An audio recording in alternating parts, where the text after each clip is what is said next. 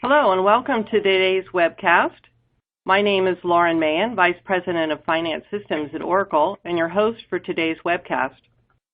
I know we have listeners from across the globe dialing in today, from across North America, Latin America, Europe, the Middle East, and Africa, so thank you for taking the time out of your busy day, wherever you are, to join us.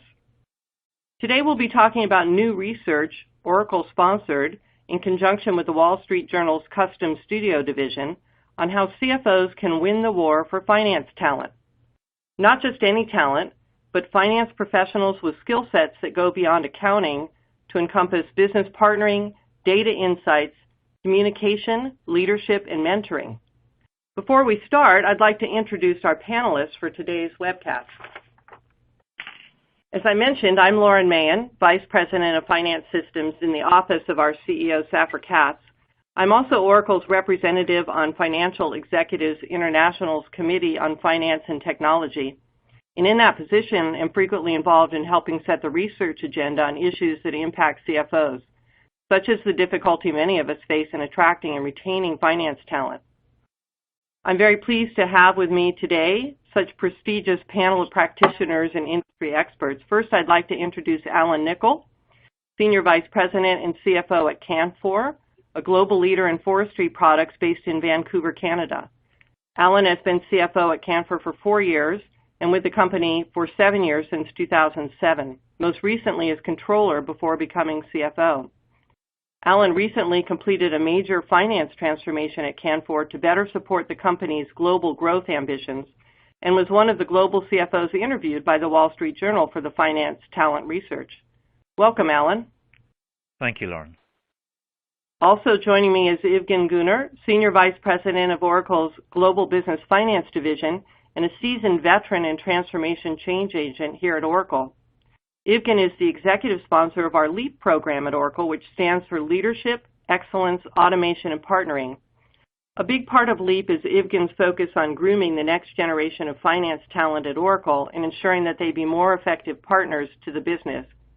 Evgen was also interviewed for the Wall Street Journal research and has some great insights that she will share today. Welcome, Evgen. Thank you, Lauren. It's good to be here today. It's also a pleasure to welcome Drew Starbird, Dean of the Levy School of Business at Santa Clara University. Drew has been Dean of the Business School since 2010 and has taught there since 1987, specializing in operations management, statistics, and business analytics at the undergraduate, MBA, and executive MBA levels. The Levy School of Business is one of the top sources of finance talent here in the Silicon Valley and has programs in both data science and business analytics. So I'm really looking forward to hearing more from Drew on these skill sets and how Santa Clara University is helping to shape the next generation of finance professionals. Welcome, Drew. Thank you, Lauren. I'm happy to be here. Finally, please join me in welcoming Stephen Mintz, the author of the Wall Street Journal Custom Studios Research and the author of a number of acclaimed publications on corporate management and public policy. Stephen has held senior posts at CFO Magazine, American Banker, and Corporate Finance Magazine, and authored 3 books and an 8-part PBS television series probing investment strategies of outstanding professional money managers. 5-minute Contrarians, Beyond Wall Street, John Neff on Investing. Welcome, Stephen. Hi, Lauren. Thanks. I'm glad to be here. Before we get started, I'd just like to set the stage for the webcast discussions. We will briefly cover the evolving role of the CFO in the digital age and how these new responsibilities are creating the need for a type of finance organization and finance professionals skilled in analyzing data, asking the right questions, and then partnering with the business to influence the right outcomes. Then we'll dive into the actual research and the 6 new rules of engagement for winning the war for finance talent. Finally, we'll summarize what we discussed and then open it up for questions. Please remember that you can ask questions anytime during the webcast via the chat function, and we'll get to your questions once we get to the Q&A session at the end of the webcast. One of the major impacts on the finance function is how digital technologies like cloud, big data, social, and mobile are reshaping the competitive landscape and transforming how companies create value and industries are being disrupted by all of these technological forces. Intangible assets such as human capital, software, intellectual property, and digital platforms now make up 80% of the corporate value on the S&P 500, up from just 20% in the 70s. As a result of this value creation shift, CFO responsibilities are evolving as well in the digital age. CFOs continue to be the stewards of corporate value. They have the finance background and understanding of market valuation and business models that's needed to comprehend the long-term implications of different business models.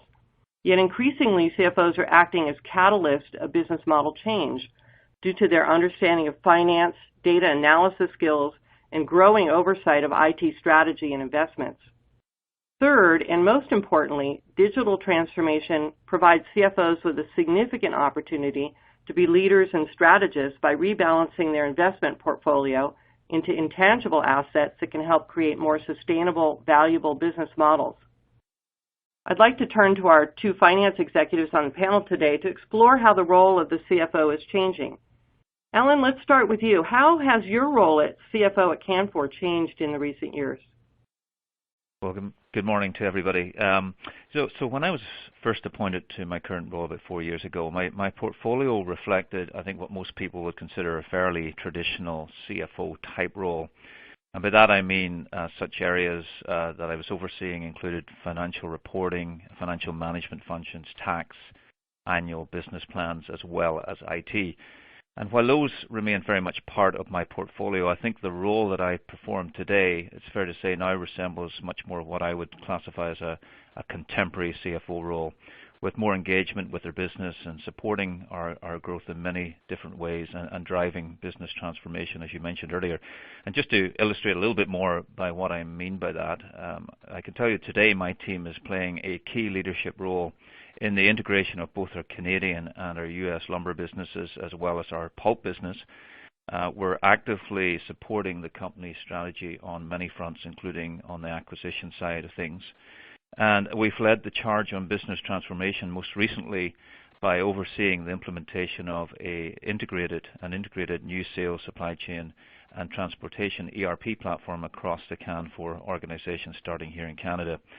And we also today have business analysts that we've embedded in the various streams of our organizations, partnering with all of our businesses to drive continual improvement in our margins and working capital performance.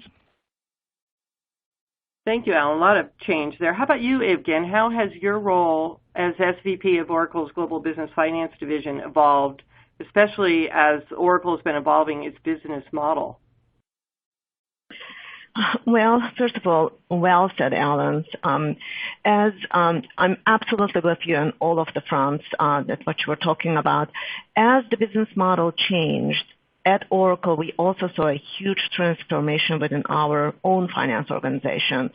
And as Alan indicated, my portfolio that was kind of like a traditional FP&A type of a role about 4 years ago is a completely different role and completely different portfolio today. As the business model changed, we rebranded, reinvented, and reformed ourselves as an organization. We functionally realigned, globalized, and standardized and automated in multiple process areas. And this involved organizational redesign, developing new job competencies, designing a business support model, which required a different and unique skill set than your traditional roles. We needed to figure out how to deliver faster, better, more insightful, and accurate information while operationally and strategically supporting the business, but still keeping an eye on our fiduciary duty.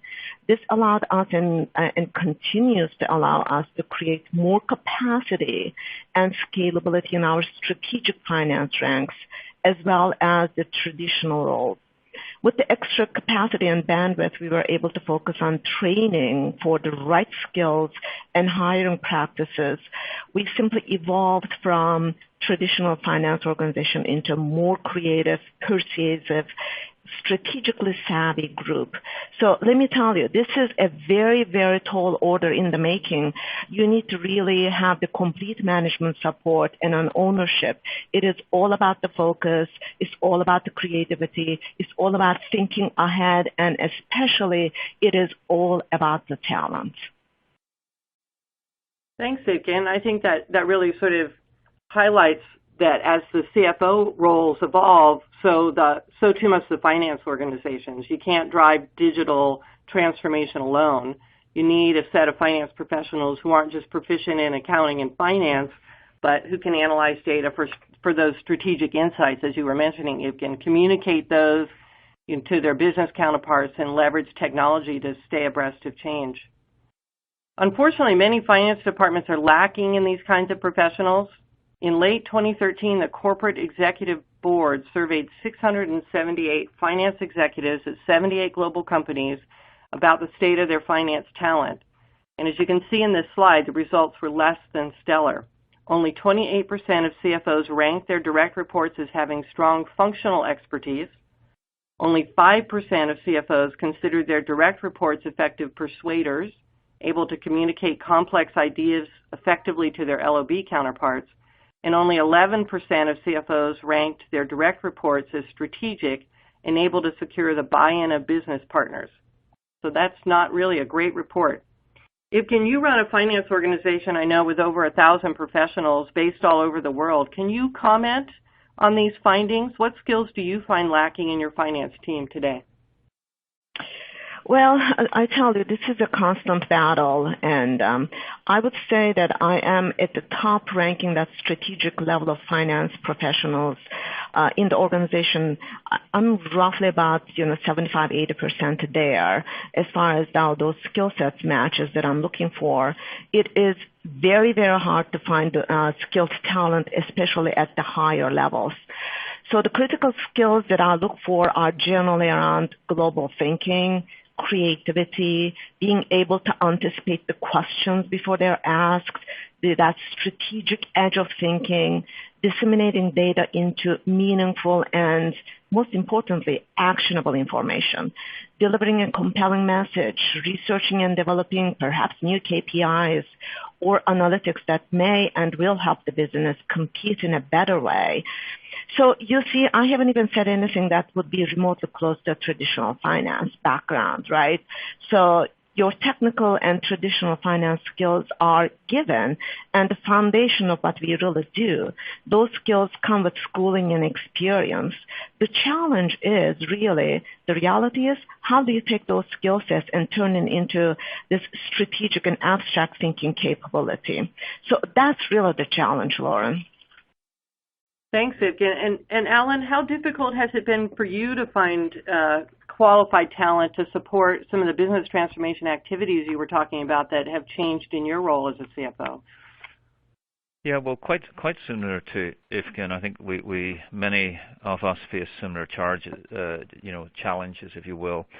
I think if you were to speak to those inside and outside Canfor who have dealt with our finance and IT professionals, they would probably say that I'm quite fortunate today to have some really high-performing quality individuals here at Canfor, many of whom are from different backgrounds and walks of life. So I think we're fortunate to have a fairly good blend of high-performing young millennials and more experienced Generation X professionals in our team. But if I'm honest, I'd say that we've had to work really hard to get there and be quite patient in the process. The truth is that people with the skills that Ivkin alluded to and the profile that we're typically looking to bring into Canfor, and that encompasses, the strong technical, cognitive, analytical skill set, the ability to think quick on your feet and to be highly collaborative. Those skills are quite hard to find. And just looking at the survey results, I'd say we're getting better at becoming trusted business advisors and partners to our businesses. But at the same time, I think we'd be the first to say we don't always get it right when it comes to being effective persuaders consistently and indeed creating and sharing the vision effectively with all parts of our business. Yeah, thanks, Alan. And it was really just that need to find qualified talent that led Oracle to sponsor the new research written by Stephen Mintz, who joins us here today from the Wall Street Journal Custom Studio. Stephen, thanks for being here to share a little about the research. Tell us about who you interviewed and how serious is this war on finance talent that you describe? In one word, it's critical. A competition in the marketplace really starts with the competition for talent and the talent and finance departments. And to sort of get a real reading on that, I interviewed CFOs at I think a pretty diverse list of companies, both by sector and by geography. And for instance, talked to a major urban hospital system, a top European telecom company, a company that owns a popular chain of family restaurants. I talked to a specialty chemicals company in UK, another in air transport communications. I talked to Angie's List. I think people know who that is, a website for that guides consumers to roofers, plumbers. And across the board, top finance talent is hard to find. And these days, candidates who have that kind of talent are harder than ever to find because the talent is so new. So I think a war for talent describes the climate very well. Thank you. And you developed these 6 new rules of engagement for winning the war for finance. Did these 6 rules resonate with the CFOs that you interviewed? I think they resonate at companies that want to be competitive these days in a global environment, and I would say those companies all look beyond the usual type of candidate to a wider pool of talent. Finance these days, if you want to have a career in finance these days, it's going to hinge on all of the usual skills, the accounting, the P&Ls and everything, plus the ability to dissect gigantic amounts of information that's flowing in constantly and doesn't fit your conventional spreadsheets. Some of it is even in this so-called realm of unstructured information. That's the kind of information that comes in news reports, company statements, social media, and the volume of this stuff is mind-boggling. And Dow Jones alone produces tens of thousands of news items daily, and that's just one news source and just in English. And to make use of it, speed and accuracy are paramount. You could call this, I think, a sea change, and without the right skills, that are ready for this sea change, companies are going to struggle at best or at worst. Mike Burke, for instance, the CFO at the New York University Hospital System, he put it very clearly. He said, our ability to unlock unstructured data in an efficient way did not exist before. Well, you can be sure if CFOs were, I don't think CFOs were saying that before. Telenet over in Belgium, a leading telecom company, Birgit Koenig said, every month there is a new tool or analytic that really adds value. You need to react quickly. At CETA, which is a global specialist in air transport communications and information technologies, Colm said, you can spend all of your time gathering and analyzing data. The challenge today is to distill data into something meaningful. So at the end of the day, Chuck Hunt, who was the CFO at Angie's List, he put it this way. He said, we can't look at data the way we used to. It doesn't mean the same thing. We've changed our thinking on a lot of levels. And, this has reached, the top drawer MBA programs are picking up on this. I was talking to Wei Zhang, who is a professor in the MBA program at Rutgers, and in 2005 he taught a course on data mining analytics, and I think 12 students straggled in. But this year, for that course, the lecture hall is packed, and there's a waiting list. So the message is pretty clear. The nature of talent is changing, and the war for talent is intensifying. Yeah, it really is dramatic, and it's not just the new rules that we need to follow, but also this new set of skills, as you mentioned, the data analysis, the critical thinking. Evgen and Alan talked about the ability to have persuasive skills, flexibility, and then, of course, on top of all of that is technology and being tech savvy. But let's take a look at each of these rules in the next slides, and I think that will highlight some details about what the insights that you gain from the research are. So if we look at Rule 1, recruit and pay for different talent. The data insights aren't the only competitive advantage companies have today. CFOs are also looking to find finance professionals with the right mix of analytical, technological, and financial skills to capitalize on those data insights and communicate those insights to the business. Many of the professionals don't come from traditional finance schools, but may have honed their analytical talents in marketing or other disciplines. So, Evgen, are you actively recruiting for finance professionals with a mix of skills that go beyond traditional finance? Absolutely, Lauren. So first of all, let me just start saying that recruiting is a very dedicated and purposeful process. You do not want to recruit just to fill in the blanks, right? So it needs to be run as a program management office, in short for PMO. We certainly stumbled on a few setbacks in the process until we established this PMO approach and established hiring by design. What I mean by that is that you really need to critically assess the skills that you need, not for today, but for tomorrow. When my management team and I realized that the recruiting was being done haphazardly, in a nutshell, but by just simply calling the recruiting team and just kind of like saying, hey, I need to fill in such and such a job. Well, we put a stop to it. You just cannot simply call the recruiter and say that I'm going to just fill in a finance director for such and such a job. You really need to just go beyond that. So what we ended up doing is first we established and documented critical skill set requirements. Second, this is very important. We train the hiring managers on interviewing techniques, on how to interview the right way, ask the right questions. So this training obviously is a continuous thing, and it's offered as new managers come on board in my organization. We also train the recruiters and what we were really specifically looking for. And again, simply throwing a rough job description over the fence to a recruiter is not a very helpful thing to do. You really, as a manager, you need to own the process. Third, we established a PMO process roughly about 15 months ago. We started weekly calls, now turned into biweekly calls to review the entire status for the entire candidate pipeline and, the status of all of those interviews. So this process proved to be very effective, but requires the top management team's involvement, including myself, and it really requires the ownership and the sponsorship. Plus, as the business evolves, the need for the skill set requirements evolve as well. So we are constantly realigning our process accordingly. I might just add that never stop recruiting. Do not wait until a position becomes open and create constant pipe so you can be always out of the curve.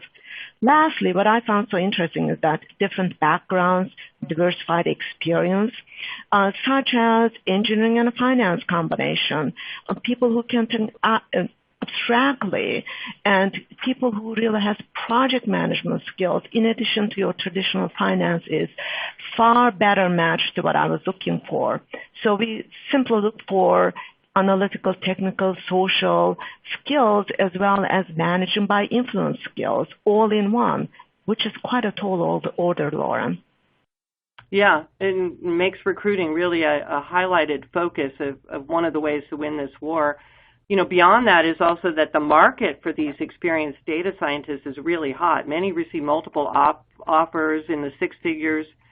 Projections indicate that U.S. companies alone need 190,000 data scientists to satisfy the current demand. So I know one of the strategies for this rule is for CFOs to partner with business schools like the Levy School of Business at Santa Clara University that offer programs in data science or business analytics, not only to gain access to new talent, but to have input into the curriculum and help shape the new generation of finance professionals. I know there are over 80 new business and data analytics programs now established at U.S. universities, and no doubt many more worldwide. Trude, tell us a little bit about yours and how you work with Silicon Valley companies to offer them the graduate skill, not just in cutting-edge data science and business analytics, but also in some of these softer skills we've been talking about, like leadership, negotiation, and business partnering. Thanks, Lauren. Well, we have two programs that prepare students in business analytics, one that's in place and one that's sort of on the drawing board.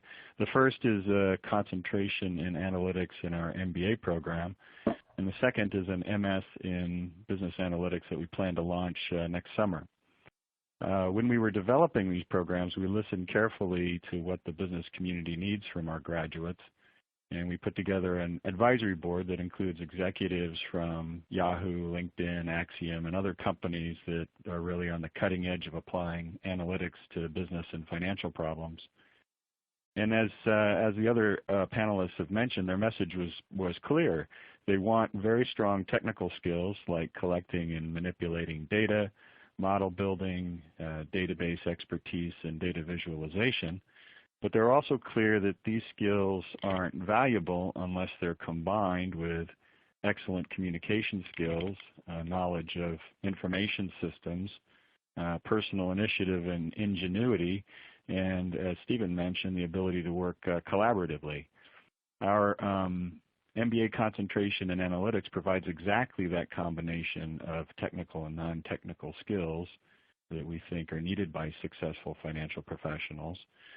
Our curriculum includes courses like how to lead high-performance teams, on the business communications, on professional integrity, as well as courses on marketing analytics, database management, and data analysis with tools like Python.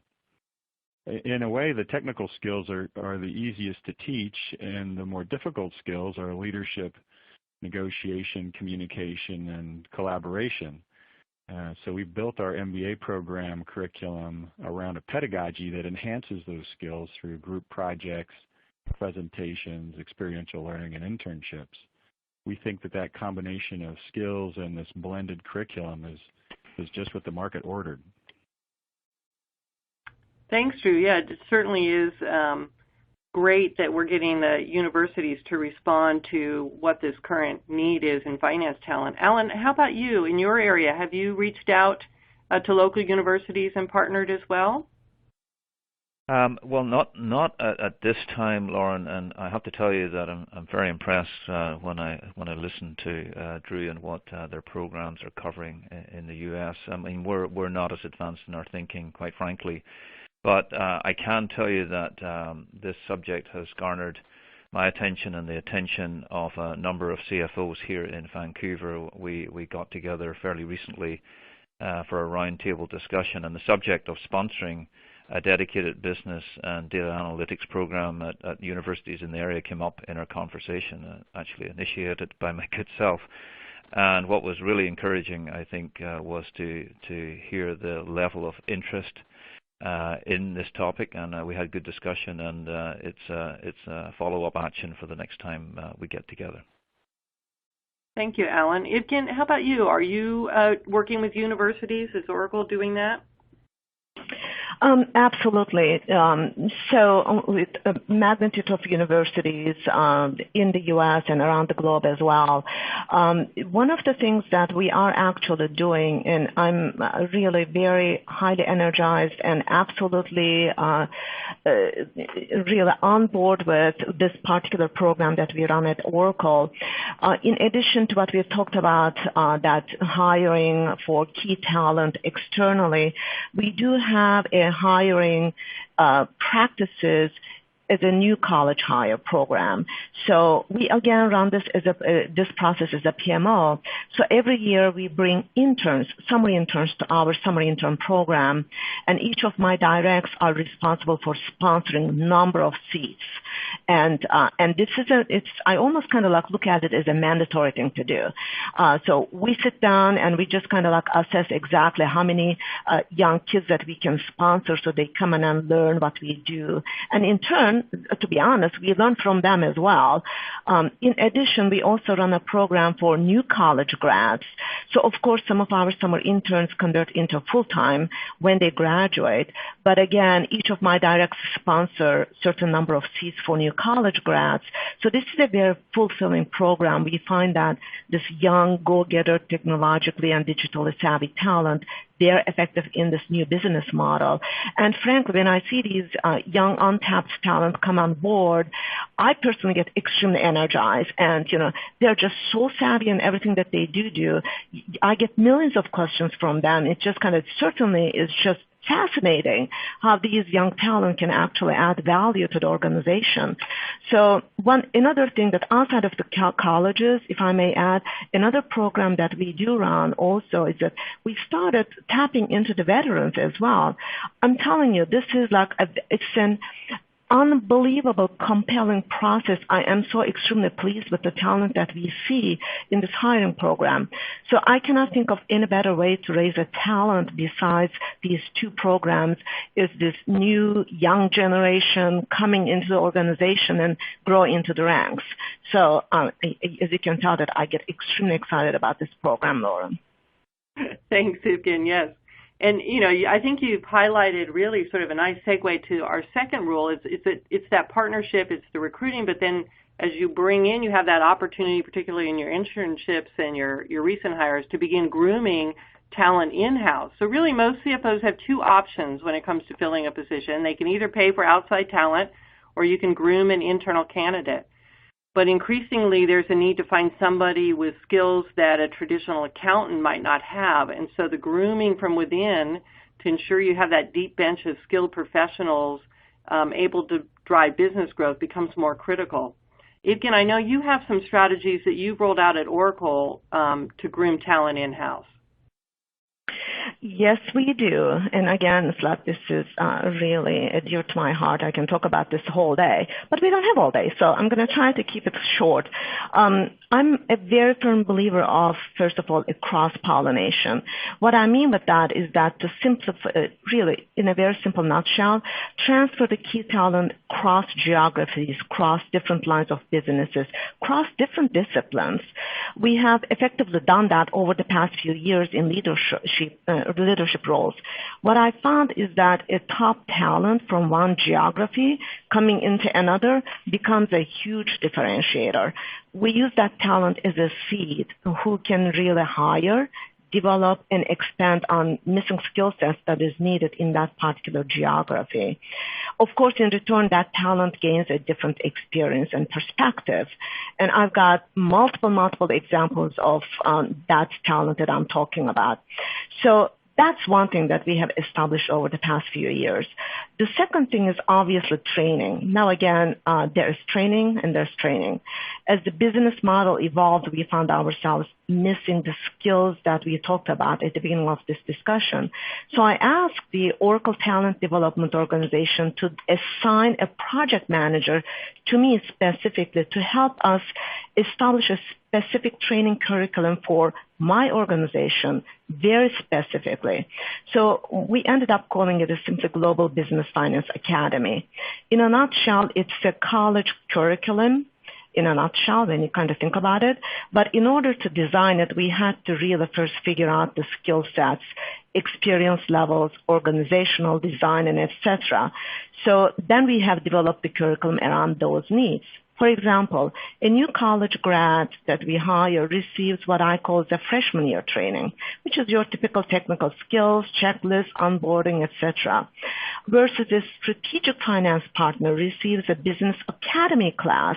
It's almost kind of like a senior year curriculum type of a thing, which is very specifically designed for business acumen, strategic finance skills, and behavioral skills.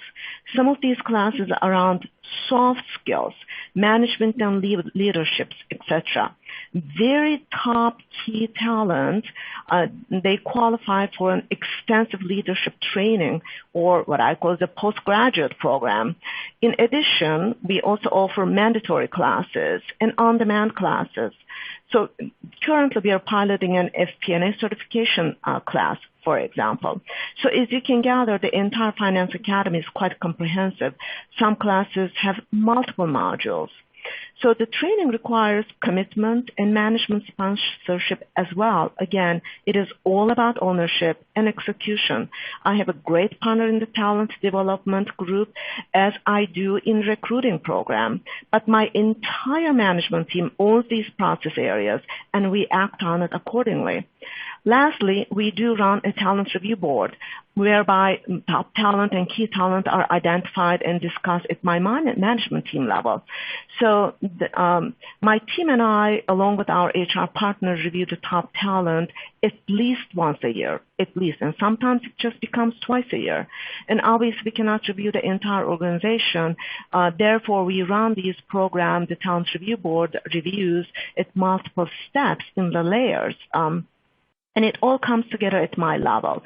So this review process creates a lot of great discussion around rotation, promotion opportunities, potential backfill of open positions, going across the different geographies, and et cetera, et cetera.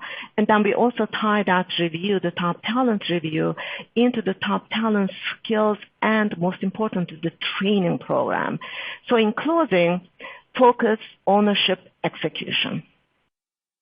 Thanks, Vivian. Thanks for sharing that very broad and very focused way you have of grooming talent. Alan, how about you? I know you work closely with Canfor's Chief Human Resources Officer to identify high-performing talent and accelerate them. Can you tell us a little bit about how you do that? No, for sure. Yeah, just a couple of things on this area. I think one of the things that we take some pride in here at Canfor is the amount of exposure that we give to a fairly young finance team, to both the senior executives and indeed our board. And this has worked really well. Our people really appreciate this, for one, and our board just love the opportunity to see the young talent that's coming through our organization. Specifically on the coaching and development front, one of the things that our new Senior Vice President of People and Culture, Tracy Arnish, and her team have started here at Canfor is an accelerated leadership program for high-performing individuals, team players with just a great work ethic and lots of leadership potential. And this program, just to give some context to it, provides participants with experience through intensive leadership studies, cross-business exposure, one-on-one coaching, and the opportunity, importantly, to work closely with senior leadership team members to solve a specific challenge that our business is facing. And so this is an initiative that's been very well received by the people in our organization. Thank you very much. Let's move on to Rule 3, ask the right questions. So in the digital age, the challenge today, as Stephen was sharing, is to distill these massive amounts of available data into something meaningful.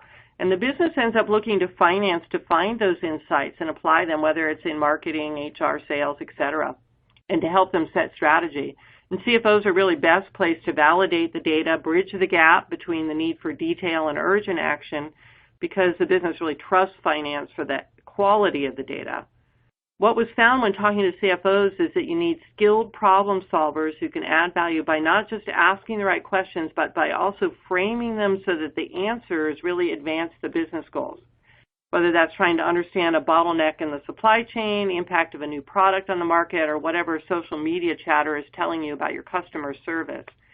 So Alan, can you provide us with an example of how you use technology to streamline a process by getting folks to ask the right questions?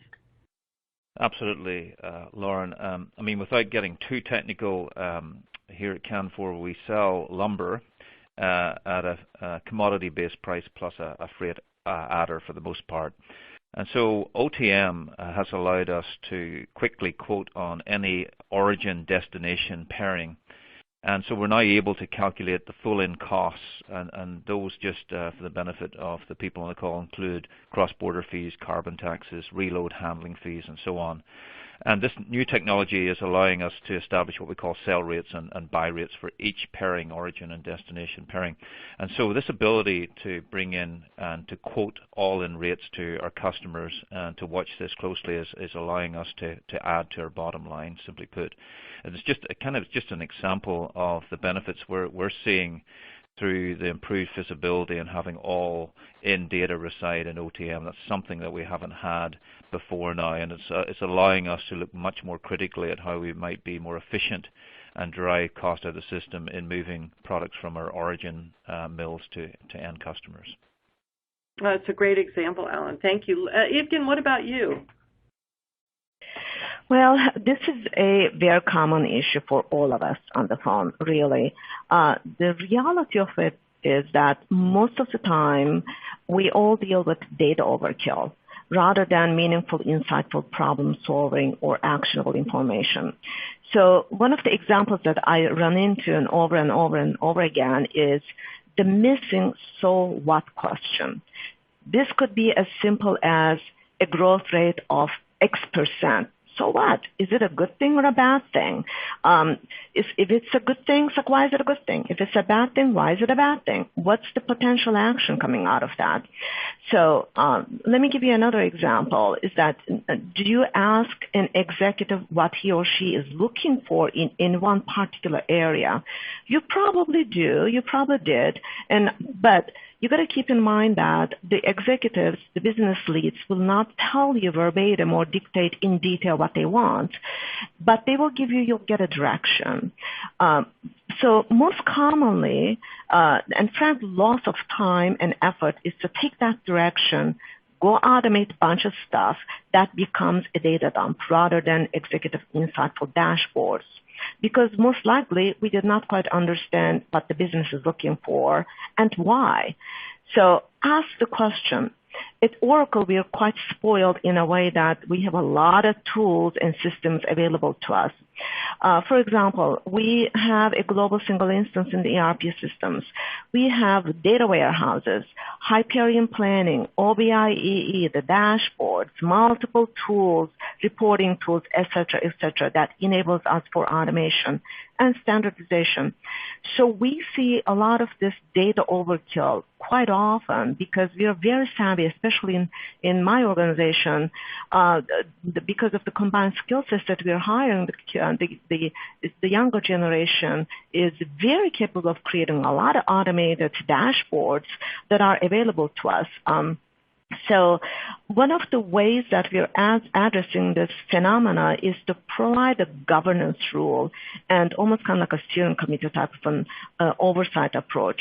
We tend to agree at the design phase of what it is and what it is not that we are going to automate, and most importantly, figure out who the audience is, because depending on who the audience is, you're going to get a different type of an automation and an information that's going to, that you're going to produce. So then we go automate, but you have to be on top of this all the time because it will creep up on you. This is another topic that we can talk for a very, very long time, but it is just that we have to educate our folks in this area to think beyond and ask the question before they actually action on this automation front. Thanks, Zipkin. Drew, what are you doing to educate up-and-coming finance professionals in the business school to think out of the box when it comes to analyzing data? Well, I really appreciate the comments that have been made so far about the contribution to business analytics and the connection between analysis and good decisions and so what, because that's really what we focus on. Business analytics includes skills that are useful for a wide variety of fields, including marketing, operations, accounting, as well as finance. In solving strategic problems, analytics can make a contribution across the organization in many different ways. But in finance, we use analytics in a number of different courses like portfolio theory, financial engineering, and mathematical finance. Some of the applications of analytics to finance include things like high-frequency trading, text analytics for trading, so we already talked a little bit about that, and statistical arbitrage. All these are all important financial applications of analytics. But as the panelists have mentioned, one of the most important attributes of financial managers is the ability to make reasoned judgments and sensible decisions based on this kind of analysis. As we all know, a good analysis doesn't necessarily lead to a good decision. And the best financial professionals need to understand that the impact of their decisions, their financial decisions on the broader community and on the impact of the organization's objectives, they need to think about that. In addition, they should recognize the impact of their own psychology, their human nature on the ability to identify good decisions. So being a part of a professional degree program like the one at Santa Clara that mixes theory and practice with experienced faculty and with peers from diverse companies and diverse backgrounds is our students, we think, is our students in education that supports that all-important step, which is turning a good analysis into good decisions. Thanks, Drew. Let's move on to the next rule. We want to make sure we get through all of our rules here. Rule 4 is sharing data, and if it's not shared, it really doesn't have much value. So, Stephen, I know you interviewed a number of CFOs for the research. How did this rule resonate with them? Can you share an example?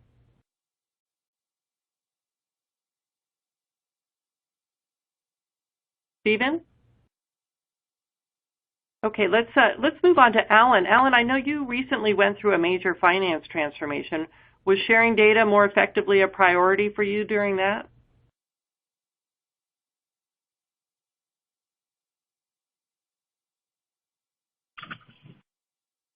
Alan? Hello, Lauren. Hi, Alan. Yes. Did you hear the question? Okay. Yes, I did. Thank you. Sorry, I just lost contact for a second there. So as you mentioned earlier, in the middle of last year, we implemented a new sales, supply chain, and transportation ERP platform for our lumber business starting in Canada. And the lumber business has many variables. Some people would be surprised to hear that, but it includes different moisture contents, grades, dimensions, lots of commodity price indices that are used to price, as well as strength characteristics to every stick of lumber, if you will. And so a key focus in the design phase of our implementation project was to ensure, to your point, that we were able to capture all of this key data and that we would be able to share it effectively with our business post-go live. So one of the quick wins that we saw, that we've seen, has been in our lumber business general manager meetings, actually, where our sales, supply chain, and transportation finance team members present interactive views of net revenues across products, regions, grades, channels, etc.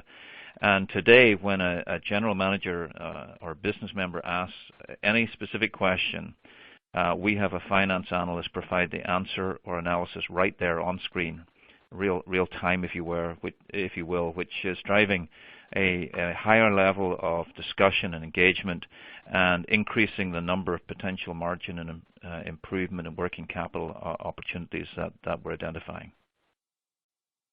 Excellent. Stephen, do we have you back on now? We wanted to ask you, you interviewed a number of CFOs for this research. Did this rule resonate with them? Can you share an example? Yes, Lauren, I'm sorry. Yes, it did. It really resonates with all of them. And to pick out just one example, Sean Christie, who's the CFO at Croda, which is a British specialty chemical manufacturer, he said something to me that, these are the kinds of things that sound obvious, but it doesn't happen without a commitment and without a champion. And he put it very simply. He said to me, what's the point of data if it's not shared in the ways that all concerned parties can digest and use profitably? And that means parties outside the finance department who may not be accustomed to finance reports. And I think he made the point that sharing effectively emphasizes soft skills. And by soft skills, I mean those kinds of skills that bridge data modeling and the human dimensions. And it's exactly as Drew describes. Their communication and collaboration are paramount. And it's not an easy thing to do, although it might seem that way. It took Croda several years to instill really everywhere. But now they can analyze data on global sales by country, product, customer, and market sector. And more importantly, everybody gets it. Yeah, and I think that really takes us, to the fifth rule, which is, it's more than just the data analysis. It means finance professionals really have to have those great communication and negotiation skills in addition to those strong analytical capabilities. I know you had a great example, Stephen, about Telenet out of Belgium on this one. Could you share that with everyone? Yeah, sure. Birgit Konix is the CFO at Telenet, and she says that problem solving occurs on a whole new level. She said the way they handle data is differently, and they've created business intelligence teams, and they work on the data, and they're different. And in order to make those teams work, she says they're hiring more statistical, analytical people. A single example at Telenet is a good one. How it showed data-savvy financial analysts proposed a counterintuitive solution that helped boost performance. In the past, the policing accounts receivables always centered on customers with the biggest balances outstanding.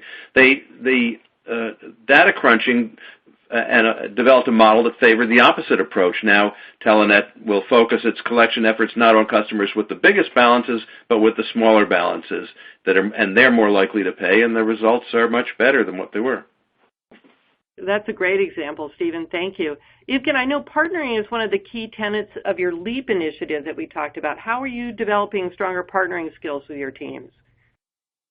Again, the LEAP is literally, again, leadership, excellence, automation, and partnering. So objective of this program was simply to create a capacity for our strategic finance leads and to provide the intelligence through global standard automated reporting. So creating more capacity for these folks enabled us to provide time for training in leadership skills. And then those, like closing the dots that we've been talking about through this whole conversation today. And it enabled them to get more involved in the operational aspect of the business. So the program also enabled us to refocus on our quality FP&A work. So the approach that we've taken was literally in three ways. One was improve the business insights, which is more analytics, less reporting, and system and process improvements. We've done a bunch of work on centralized, globalized standards and automations. And then obviously the talent development. So, we talked about upgrading, rotations, stretching the talent, and hiring by design. So contributing value is obviously near the top of my priority list, and of course it's easier said than done. So the project requires a lot of planning, heavy lifting in step-by-step approach. I can go into a lot of detail on this one, but we're going to run out of time. So in a nutshell, you really need to automate standard way to eliminate some of the redundancies in the organization so that we can create a capacity and scalability in the organization that enables us for that talent to be a lot more effective, in a nutshell.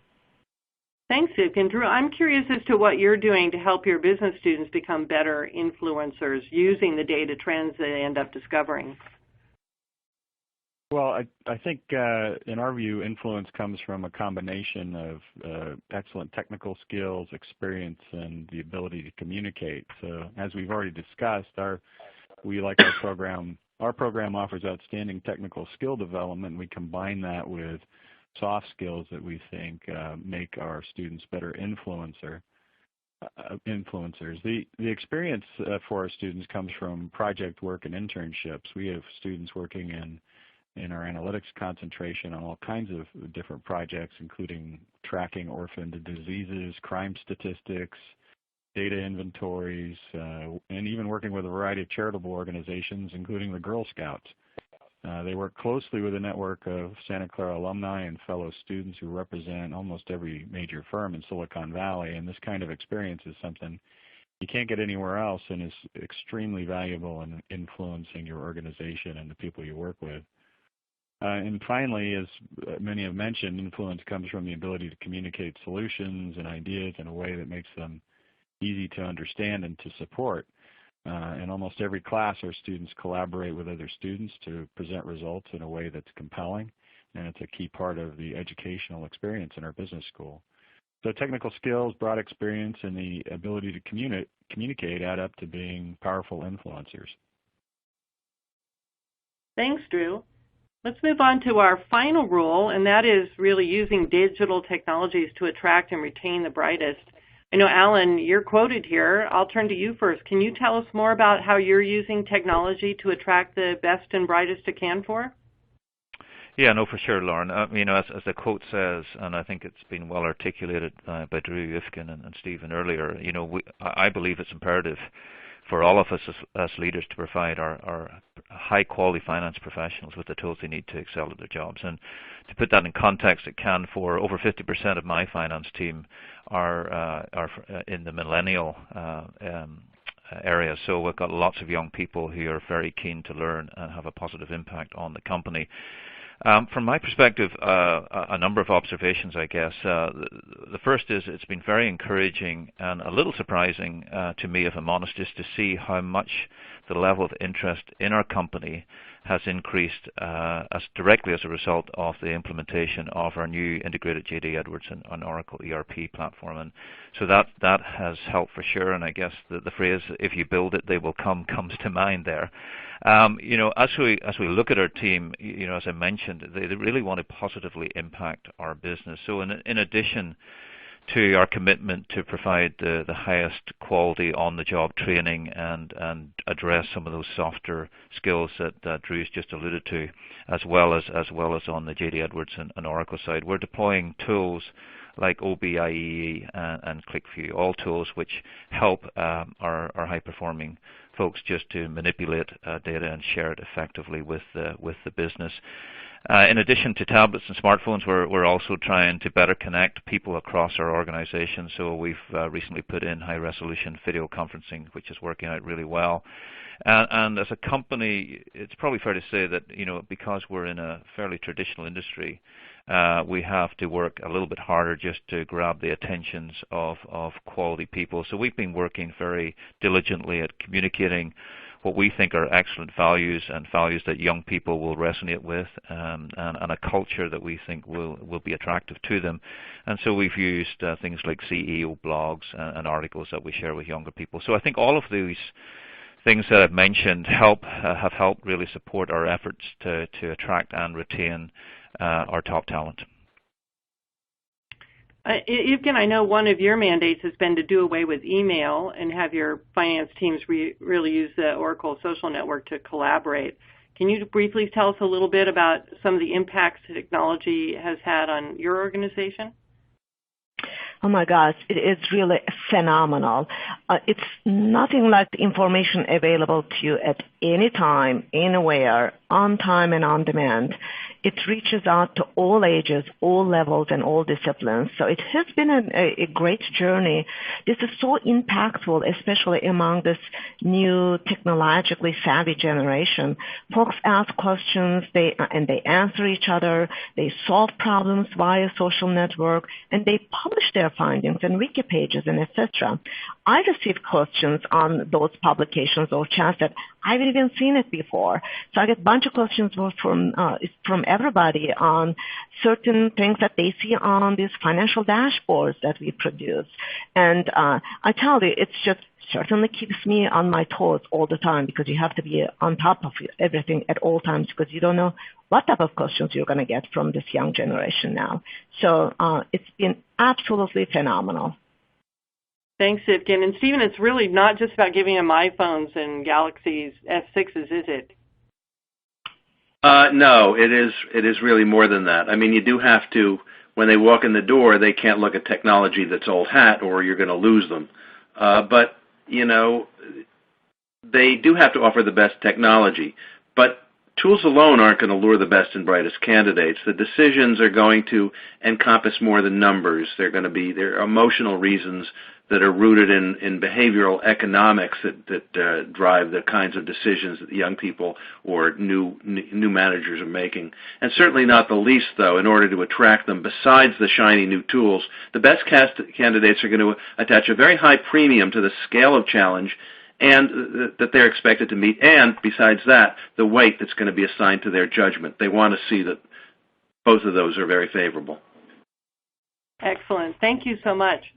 So really, to wrap up, I just want to make sure that you consider what your game plan is going to be. You want to take stock of your current talent pool. You want to identify gaps in skills. You want to invest in the talent that you need, whether that's partnering by a local university like Santa Clara, we do here in the Silicon Valley, or whether that's using crowdsourcing of data scientists to compete on projects for your company. You need to invest in modern technologies that the young professionals are comfortable with. And then you need to develop a plan to groom your talent in-house and prepare them to lead. We've heard lots of great examples from all of our practitioners today, and I want to thank them very much. I do want to let you know that if you want more information, you can go to this link and download the full research that we have. You can get a copy of the Winning the War for Finance Talent from this URL. I know we are very close on time here, so we will not have time for questions this morning, but we will take those questions and respond to them after the webcast as best as we can. Again, I want to thank all of my panelists today. Really appreciate your time and your expertise and everything that you shared for us.